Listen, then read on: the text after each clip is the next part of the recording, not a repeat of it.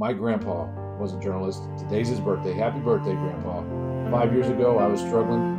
I wanted him to come back and guide me through it. So I thought, hey, what if my main character has his grandpa come back and help him through his truth-telling of journalism? The truth I chase isn't just for headlines. The truth I chase runs deeper than ink.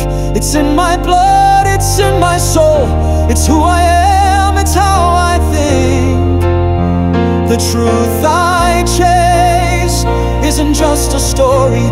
It's the legacy I carry from a man who taught me more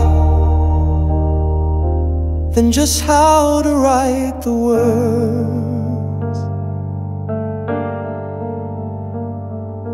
Grandpa stood when others cowered, snowed when others hide. He knew the cost of silence was greater than the risk.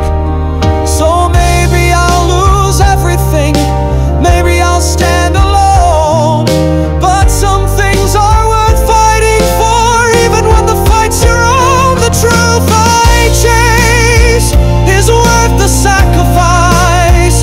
The truth I chase might cost me everything, but I'd rather lose it all than lose myself along the way.